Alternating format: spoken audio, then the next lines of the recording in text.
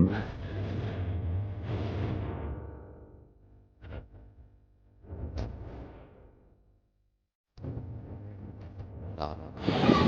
એવું લાગતું હોય કે ભલે દુકાનથી મોબાઈલ આપ્યો ભલે છોકરા કરતા શું થશે, તેનાથી લગતી ઘણી એવી અસરો છે જે 3-4 ઘટનાઓ હું તમને સમક્ષ રજૂ કરવા આવી છું. પહેલી ઘટના છે કે હરિયાણા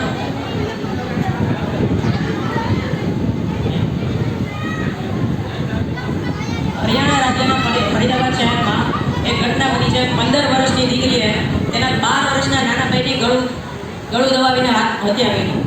કારણ બહાર પડ્યું તો કારણ એ હતું કે નાના ભાઈ મોબાઈલ આપવા ના પડી જાય, બેને ગળું દબાવીને ભાઈને હત્યા કરી નાખી.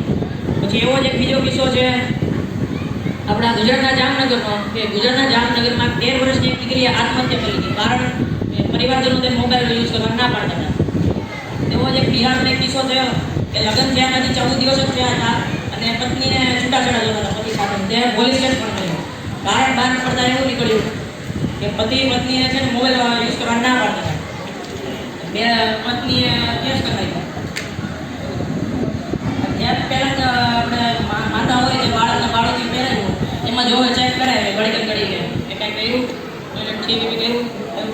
એમાં આપણે અત્યારે ઘડી મોબાઈલ વોટ્સઅપ અને ઇન્સ્ટાગ્રામમાં મેસેજ આવ્યો ચેટ આવ્યું ઘડી જોતા રહીએ. તો શું કામ થવું જોઈએ? મોબાઈલનો સદુપયોગ પણ ઘણા છે, દુરુપયોગ તો છે, સાથે સદુપયોગ પણ ઘણા છે. છેલ્લા 3 વર્ષમાં 12,000થી પણ વધુ એવા કેસ બન્યા છે જેમાં કાં તો કોઈ બાળકોએ હત્યા કરી હોય કોઈની, અથવા આત્મહત્યા કરી હોય, અથવા બેંકમાંથી પૈસા ઉપાડ્યા. તો બેંકમાંથી પૈસા ઉપાડવાથી એક વાત યાદ આવે છે કે હૈદરાબાદના એક છોકરાએ 16 વર્ષનો છોકરો, ધ્યાન રાખજો, 16 વર્ષના છોકરા તેના મમ્મીના અકાઉન્ટમાંથી ₹34 લાખ ગેમમાં નાખી દીધા. 34 લાખ. મોબાઈલના આવા ઉપયોગ પણ થાય છે, તેનું ધ્યાન રાખો. મોબાઈલના સદુપયોગ પણ ઘણા છે.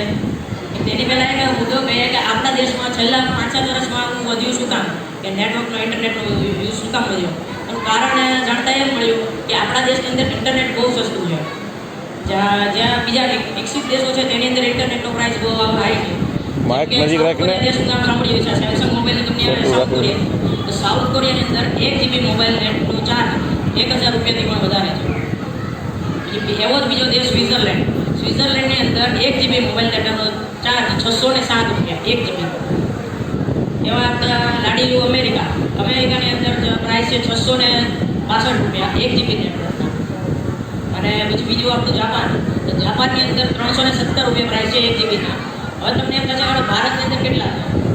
ભારતની અંદર 1 GB નેટવર્કના પ્રાઇસ 14 રૂપિયા, ફક્ત 14 રૂપિયા. ગેપ જોઈ શકો છો. ક્યાં સાઉથ કોરિયા 1,000 રૂપિયા, ક્યાં આપણે ખાલી 14 રૂપિયા.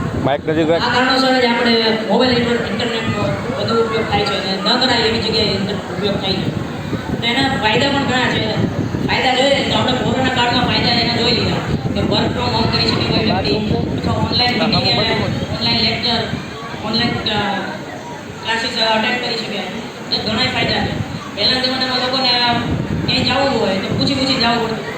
મોબાઈલ જ આવે એ સમય મેં પૂછી જતા કે ભાઈ કતાર ગામ જવું છે, ત્યાંથી આમ જવાનું, અહીંથી આમ જવાનું, પૂછે ત્યાંથી ક્યાં જવાનું. અત્યારે મેપ આવી ગયો તો મેપમાં તમને તમારી લાઈવ લોકેશન બતાવે, ક્યાં જવું છે, તમે લોકેશન નાખી દો તો તમને ત્યાં પહોંચાડી દે.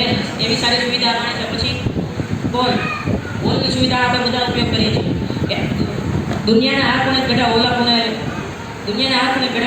ઓલા કોણે બેઠા વ્યક્તિ સાથે વાતચીત કરી શકીએ છીએ. પછી વિડીયો કોલ, કે એક જગ્યાએ 2 વ્યક્તિ અલગ જગ્યાએ બેઠા છે છતાં પણ એકબીજાને મોઢા જોઈ શકે છે. તે વિડીયો કોલને અમારી છે.